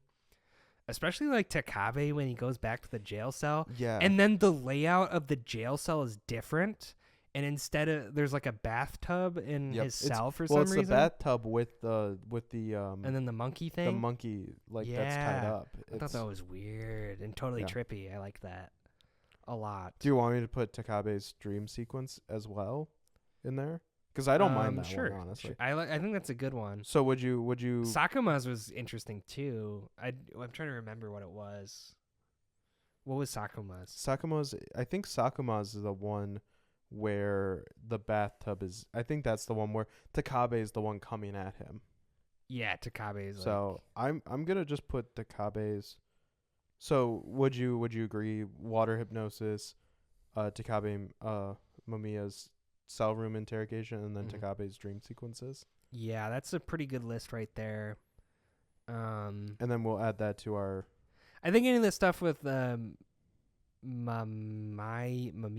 and the first guy he meets is kind of like those scenes they don't let on enough because it's too early in the movie. So I wouldn't nominate any of those. Yeah, and that's why I said like the first one that I was like, this is going to be in my nomination and added to the long list is the water hypnosis scene. That's the first one that I'm like, that's just perfect. I like those. And Okay, so we'll add those to the long list. real quick about the monkeys, Mm-hmm. which I guess our Mamiya guy was, what was it, like ritual sacrifice or something of the monkeys. So they symbolize like loss of humanity, the ritualistic nature of his hypnotic power, and the caged state of human souls. Okay. I like that because you see the monkeys in cages quite a few times. They cut to it a couple times. Right before Takabe goes back and has that vision with his wife. Mm-hmm. So I thought that was interesting. The dead ritualistically tied monkey represents a soul or demonic entity that Mamiya has discarded or set free after taking on his hypnotic mantle. Okay. Okay. That's from Reddit. Thanks, Reddit. A caged soul or personhood represents the captive, repressed nature of the characters within the film, particularly Takabe's wife, trapped by mental illness or societal pressures. I didn't really see any link between the monkeys and her in particular, but okay. Yeah. The ritual of hypnosis, the monkey, particularly the mummified one found in the apartment, is thought to be an early failed or completed experiment of Mamiya to create the hypnotic activation code. Okay. So, well, yeah, you kind of gather that Yeah. he's experimenting. A messianic or demonic figure with its strange tied-up appearance, it often acts as a perversion of a messianic figure. Yeah, it was kind of like it was on a cross Yeah. almost, but it wasn't like cross-shaped. It was something else. His like the monkey's arms were like crossed. Yeah. A mirror for Mamiya. The monkey represents a creature that has been forced out of its natural free state into a new form of captivity. Okay. Death or the hypnotic pact, echoing Mamiya's own role as a conduit for a devilish unnatural power. The discovery of the monkeys marks a turning point in the film, leading Takabe to accept his new role in the cycle of violence. Okay. Yeah. Okay. Okay. All right. I'll take it. Thank you, AI overlords, for summarizing that. Actually, Yeah. Get that in there. it can be a useful tool, but Yeah. obviously it has its problems. I do like in there, like linking the monkeys to his wife. It's like I don't really see that actually. Yeah. You know what I mean? So it's not like. But the other perfect. stuff I can definitely see. To go back, the last one that I have on our long list nomination, best character.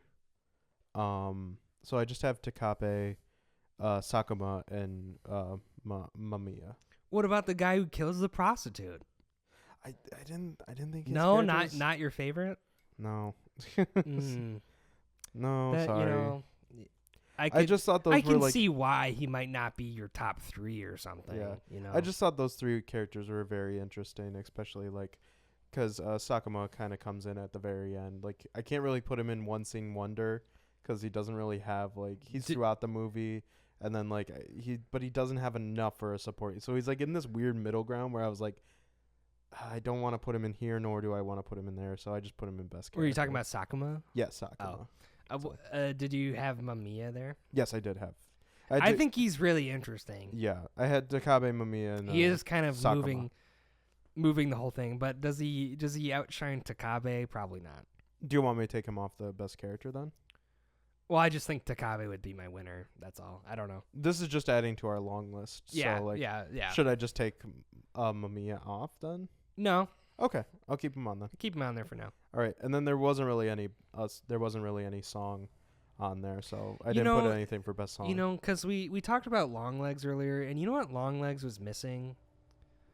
Like a Mamiya character. I know there's Nicolas Cage's character in that Yeah. movie, but like he's not in it as much as Mamiya is. I don't know. Yeah, that's fair. That's a fair take. I don't know. So and then the other ones that I've added is Kiyoshi Kurosawa's screenplay for under best screenplay. I also added it for I put a question mark around best score. I know I talked about it a little bit, but like, should we nominate it for best score? Because it is very minimalist, and it doesn't really like shine out. I love that song they chose when they introduce you to Takabe. I will say that. Yeah, but like that's like, I don't know if it's really a part of the score. Should we nominate the score I don't or know. put it on the long list? I would like to like listen to the soundtrack if there's like a soundtrack released for it. Yeah, we can. Honestly. I'll keep it off for right now, and then we can go and we can listen to it if we want to. We Yeah. can add it on there, and then I also put it in for best cinematography. Oh yeah. And then also, Easy. so I also have best effects. I added Cure for practical effects because the thing that got me is I immediately put it on here the moment that the doctor starts to peel off Disgusting. the face. I was like, "Oh!" And then I was like, "You know what? This is going in best effects." Straight up Penny. Yeah. I wanted to say Pennywise stuff, but that's more So Terrifier. yeah, I didn't need to see that. yeah. so those are all the additions to our long list. What's with horror films and peeling faces off? Because that happens in Smile. That happens in this movie. That happens in. Who knows? I think it's just one of those gross. It's gross. It's just a gross thing that happens. So I don't know. so we're on our home stretch. Other fake awards. I don't really think. I know I put this as an will always do, but like the Norton Ruffalo Hulk Award actor that you'd replace. Like I don't really think. Dustin Hoffman. But Dustin Hoffman. I mean, As Takabe. yeah. You could put honestly Dustin. If there was an American version, he's too old. Hear me now. out. Hear me out. Too old 1997. Takabe played by Dustin Hoffman. An American remake. Yeah. Takabe played by Dustin Hoffman. Mamiya played by Glenn from The Walking Dead. No. Oh. Matt Damon. Matt Damon. No. I think you could do it. No. Okay, Not fine. Matt Damon. Okay, fine. So, Are you talking about like Good Will Hunting Matt Damon? Like Yes. that era? yeah. I kinda. Mamiya is more of I don't know. Like someone with long hair, like Like longer a than Matt Damon. hair. Dark brute. Like I feel like he's like just dark colored hair too. I don't know. I don't know. Like Okay. I want to. I'm thinking of like Hayden Christensen, but that would be stupid. Like Revenge of the Sith, Hayden Christensen.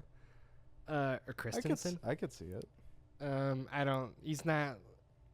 Honestly, I feel like You know who would be? You know who would be played if we made an American remake now, or even like you know who would make this? I'm looking at because I was looking up my next pick. I'm trying to find something, and I was like, I want to do more of a woman-led movie. That's the one that I kind of wanted. Oh, to do. I searched Cure soundtrack and then came up with The Cure. Yeah. That's why first. it's kind of hard to find Cure's It soundtrack. does have like a soundtrack though. Yeah, I'll listen to it at some point. but you know who would remake this movie, and I think would do a really good job? Yorgos Lanthimos, and get Barry Keoghan as Mamiya.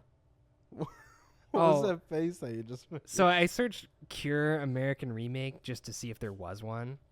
I don't think there was. And there's other things called The Cure, but not well, that one's called The Cure. I don't think there is one. Thank God, Yeah. because it would be bad. It would be. Oh, there's a movie that I actually saw a trailer for called The Cure that's coming out Mm-hmm. this year. Oh, really? But that has nothing to do with Cure, obviously. I was just making sure there was no remake. Yeah. Okay, so we're just gonna kind of shoot through this. Kenneth Branagh Dutch Angle Award.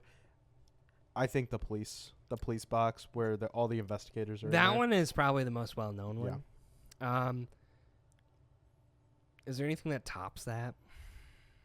I personally I like the one that's like in the interior of. I want to say it's when the police officers first find Mamiya, Mm-hmm. and then there's like a guy in the foreground at the desk, and then in the background you see him talking to the other police officer. Like, I think that shot is really good.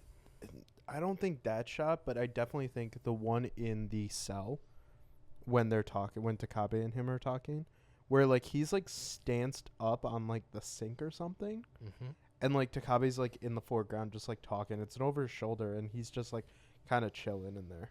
Oh, you know what else? The shot where he's coming up to the abandoned building. Yeah, Which I guess that's is Mamiya's like hideout. hideout or base of operation. That's where he learned about all the occultish stuff, I guess, from the phonograph, which we didn't touch on, which is kind of weird. I don't know what to say about it, but that reminded me of The Ring a lot. Yeah. As well. The Ring is actually, as an American remake, it's not that bad. I need to watch Ringu though. No. I need to watch the Japanese version, but So yeah, I think those are our nominations. I just thought of The Grudge. I don't really have any thought besides that, but Yeah. The Grudge. That's all I have to say. Oh, okay. Well, I mean, that could go for our double feature. Yeah, that could be a good double feature. Double feature, Grudge and Cure. Well, Cure would pair nicely with Ring. The Ring. Yeah. Sorry, The Ring. Well, I think one that the reason why I brought up Yorgos and Barry Keoghan being in Cure. Yorgos Lanthimos. Give me a break, the dude. movie that I've watched it. I've seen this, and my double feature is Yorgos Lanthimos' The Killing of a Sacred Deer. I hated that movie. It's very similar. It's very similar in tone.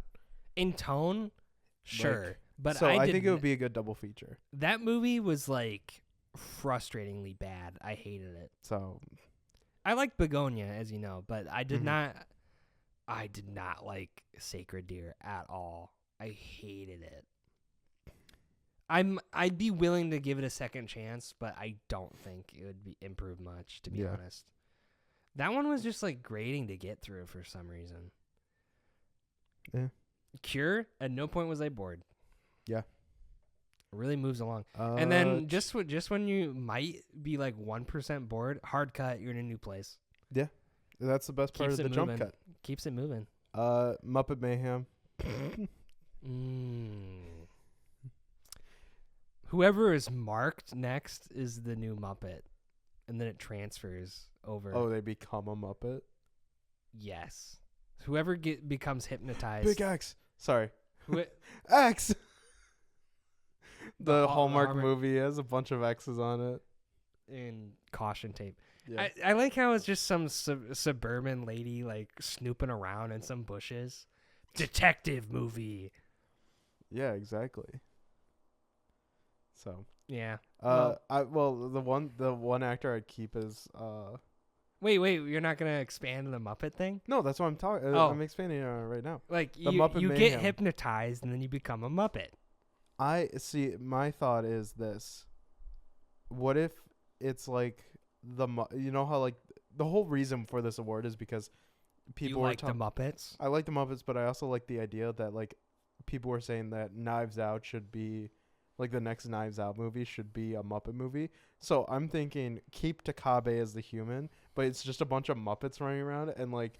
So it's like Takabe being like, so why'd you kill this? And it's just like Fozzie being like, I don't know. Who are you? Who would that be? Is that Kermit? Is that Gonzo? I feel like Gonzo would be. Kermit's like the most prominent character there, right? So yeah, him being the lead antagonist makes sense.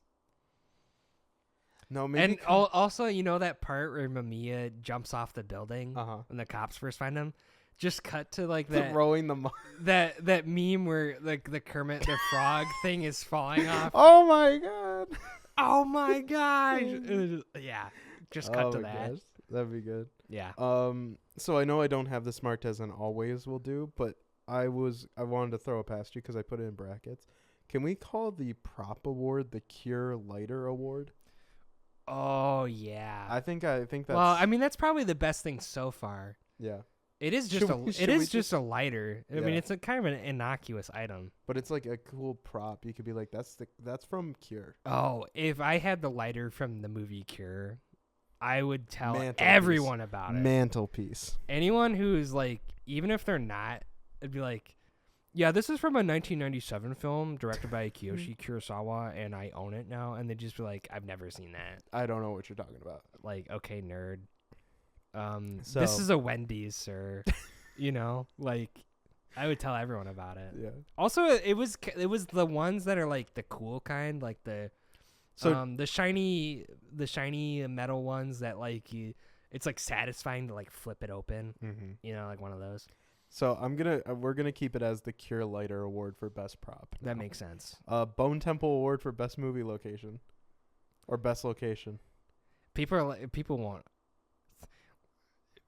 Anyone who clicks on her, I'm assuming it's a lot of first time viewers most of the time. Like Bone Temple, What the fuck, Bone? like the ossuary in 28 years later, the Bone Temple. Hello, the coolest location. For best location. I mean, they were just like in Japan. I like Tokyo. Like, See, I will say this. My best location is also going to be my Lego set setting, the jail cell. His jail like jail cell, because the way it's constructed of like the main room, and like how it's shot, where Takabe's like walking through and then he like turns. He's not in there, so you're just like, did he escape? And he turns the corner and the camera cuts. nope, he's just on the toilet. No, he's just in the bathroom like section. So I'm like, that'd be kind of a cool little like. What a stupid jail cell design where like you can't see the inmate from certain. That's stupid. I mean, another type of jail cell they put Jeffrey in. Am I right? Like the cameras can't reach into there. You gotta be able to see the inmate. Like Yeah. that's jail 101. I don't know. It'd be cool if the Lego set had like a sliding door, and then it was like, and then you open it, and then like the area changes, like, and then it's like a bathtub the second time. And it see, changes. that's why I and you're like this. Oh, it's subtly weird. And That's then it's, why I different. like this. So I don't know. Maybe you could do like Takabe's where he lives, mm-hmm. and then there's like a little thing you flip up, and then it's like an uncooked steak on the table. Oh yeah. I don't really know. This movie doesn't lend itself too well to that category, really.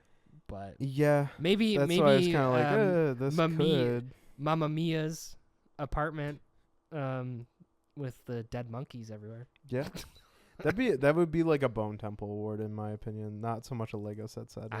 That's not somewhere I'd want to be though. So You know, I wouldn't want to be it's just there. a cool. It's just a cool location in my opinion.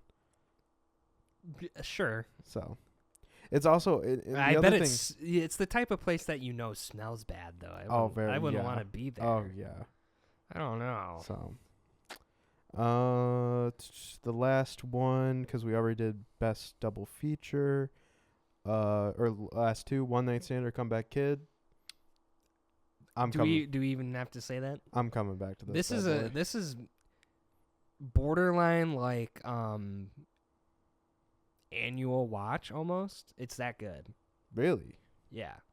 Okay. Well, I feel like you have to be in the mood for like the type of movie it is. But yeah. But even then, it's like I was talking to my mom earlier today, and Mhm. I was talking about how we were going to talk about this movie. It's like, would I like it? And I was like, actually, yes, you would. Really? You know, because like, kind of like a mystery detective type movie. Mm-hmm. I mean, who doesn't like that type of movie? Really? I don't know. Fair. Yeah. You know, it dives into horror a little bit. So anyone who's like really, I mean, really, it's even for people who get really squeamish. It's more of a psychological, unsettling thing than like straight up horror. I mean, there's a few times where you're just like, oh, I don't want to do that, you know. But there's no real jump scares or anything like that, really. Yeah. There's like an anti-jump scare. Because like he has that vision of his wife dead, and then it cuts to her not being dead. She's like making a smoothie. She's like, "What's wrong with you? What are you doing?" It's like an anti-jump scare. Yeah, fair. It's like it's a jump good or jump happy. Jump good. I don't know. It's a good jump. Yeah. You know? So, and then final. What's your rating out of 10? 10. 10. Yeah. This movie is what all those other adjacent films are trying to be, like Long Legs, well, I'd even say Silence of the Lambs a little bit. Okay. And like all these other like similar type-ish movies. like the first season of True Detective seems kind of similar too. First season of True Detective is really good. I know you. It's kind of like the same thing almost, but it's set in Louisiana instead of Japan in a way. It's very similar, actually. But Still haven't seen it. Pretty much every horror film in this same vein, this is kind of like the culmination of what they'd be kind of striving for a little bit. I do think parts of the movie maybe could be construed as being like a little dry. It takes a little bit to get into it, because at first you're just kind of seeing. Well, I mean, they have the right off the bat they have the guy bonking the lady on the head. Yeah. So like, there is some intrigue right at the beginning. There's at no point where you're not hooked in. You know what I'm saying? No, yeah, I get what you're saying. Yeah. It does perhaps lull a little bit.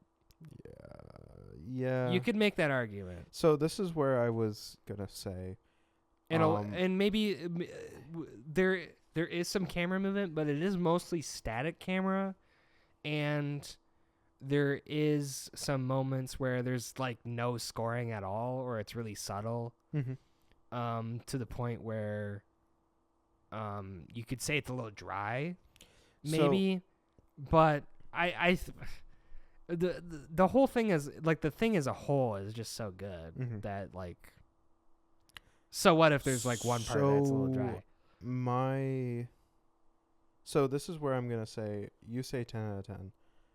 I'm gonna say it's a 9 out of 10. I really, really love it. That's totally a fair take. Like, if you want to get really granular, I'd say like 9.7 or 9.8 or something. So the reason why it's a 9 out of 10 for me is that there are some sections where I'm like,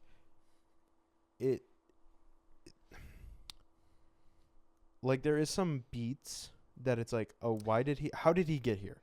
Like the immediate thing where maybe Mamiya saying like, who are you?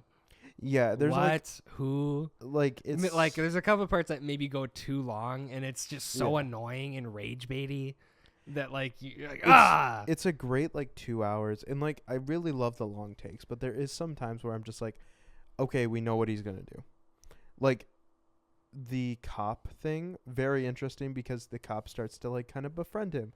The doctor thing, it's very interesting because he's like, you know, it's a different thing. He's now using water, but then there's like some times where I'm just like, he's just kind of like running around. He gets captured. It's like, and then he's just sitting in the interrogation room. And it's like, it's a great performance, but there's sometimes, and then also the biggest gripe that I have is Takabe being like, do you think it could be hypnosis? I'm like, I don't know if I caught anything where he's like, that would lead him to it. So I'm like, okay. And then there is some like, there is some clunky things with like the wife and stuff like that I'm just like, I don't know if I'm like completely sold on it. But then again, like I gave this an 8 originally and I'm boosting it up to a 9.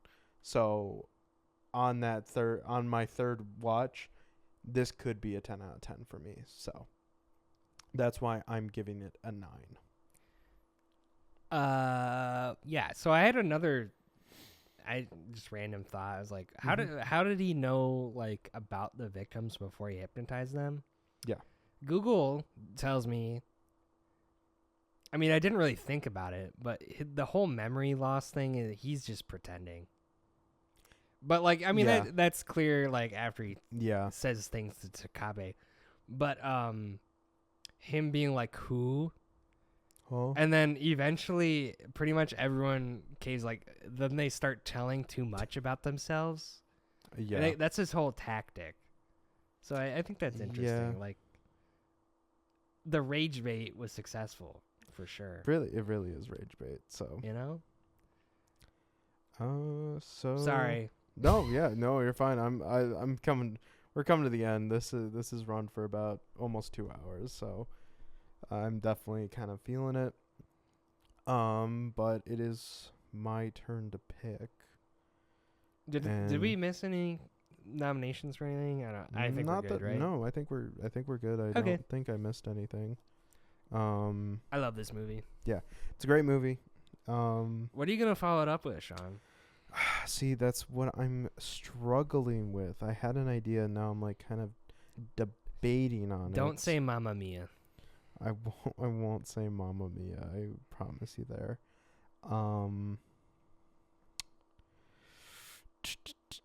Like I said, I wanted to do a almost like a woman-led movie, just because we, diversify it a little bit. This movie doesn't pass the it's Bechdel test. Yeah, it doesn't. Have we picked a single movie that has so far? Yeah, I think we have. We definitely have, but I'm not confident. but the reason why is just because I was like looking at it and I'm like, it's very much a sausage fest going on in our awards, plus also just our picks. We haven't really picked anything that's like, we gotta get there. Are you picking Little Women or something? I'm not picking Little Women. I'm going to go. You know what? I think I'm just gonna do. I'm just gonna do it. I'm just gonna do what I was gonna do originally. I was looking at it. I was looking at Kate Blanchett. I was looking at Jennifer Lawrence. I was looking at these. Oh. Okay. I was looking at these. Are you picking Mother, starring J-Law, which I own on DVD and have not watched? I think you've made mention of it like 3 times. I want to watch it. I'm not gonna Eventually. choose. I'm not gonna choose Mother. But I will say You're doing Cube to Hypercube. No. Okay. Sadly, sorry. Just watch very that. sad. But I was like looking at these actresses that I'm like, oh, okay, maybe we could do that. I'm looking at Julianne Moore, and the one that I kind of stood out was a actress named Naomi Watts. Are you gonna pick Mulholland Drive? And I think I'm gonna do Mulholland Drive. Okay. I watched that once. I have never seen it. You've never seen it? Never seen Mulholland Drive. Wow. Okay. See, and that's the other thing. I wanted to pick something that I haven't seen. I picked something that you saw because you saw Cure. Yes. I've seen Mulholland Drive. Well, the past 4 movies. Have you seen, I'm sure you look at my stories sometimes. There's like that one edit, because like we both love David Lynch. Yes. And I did that one edit from this movie, are you aware of like the diner scene? Yes, I do. Yeah, I know about it. And like the edit, and then someone put some Aphex Twin over it, and I was like, yeah, this is my jam. Yeah. So it was like, that goes on the story. My Instagram story is just a bunch of shit post memes and edits from other people. I want to figure out how to make them. I need to get into that. I need to make my own edits. So, and also, but yeah, like I said, I wanted to choose a movie that I haven't seen, is woman-led, and another thing is, honestly, we get to talk about David Lynch next time. Have we done a David Lynch movie? We have not.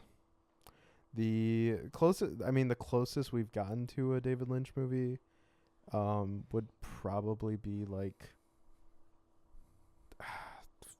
The Exorcist, but even then it's like that's not really that closest. I mean, that's a relative term when you're talking about David Lynch. Primer? Remember when we did Primer? I really liked Primer. Yeah. My favorite. That's probably like my favorite low budget movie. Yeah. That I've seen. So, and I mean, this will take us to number, I think it's not going to be number 20, but it will take us to number 19 so far. So, yeah, we'll do Mulholland Drive next week. Next week I'm out of town. We'll have to figure out. We're going to record something. We'll figure out when we're doing it. We're going to record. I know that we will be recording the Mulholland Drive episode. I think we could possibly do a little extra. I think we're gonna record an extra episode, and I think we can. I know we keep saying it, but I think we're gonna have to message somebody to come. By the way, our Gattaca video had 70-something views. I want to thank people for that. Yeah. On YouTube, we're on YouTube as well. I can actually pull it up because I have YouTube pulled up. This episode. Let's see how many views. We do want to thank we want to thank the people that watch this. Most of our recurring viewers are people that we know or family. Yes. We appreciate you too. Yeah, we do. And show it to your friends so you can gain an audience. So yeah, you could, like Trevor said, you can find us on YouTube at After the Credits.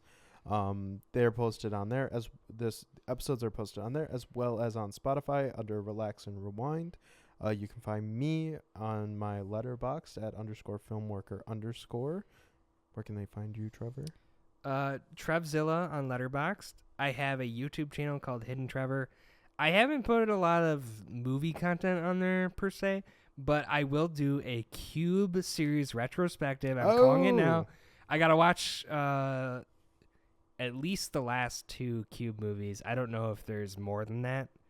I will post that on YouTube. No promises it's gonna be this week though, because I'm gonna be out of town.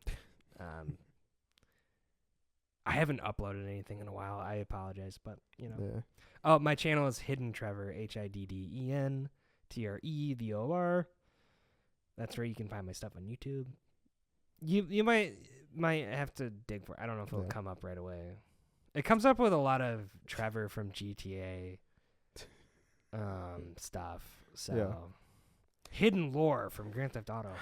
So, but yeah, you can follow us there. Keep an eye out next week for Mulholland Drive. Mulholland Drive, you're gonna be like, huh? It's a little confusing. We just hit 2 hours on this record, and I think that one's gonna be definitely a 2-hour record, honestly. So, well, we like talking about movies, so. All right, well, we'll see you next week for Mulholland Drive.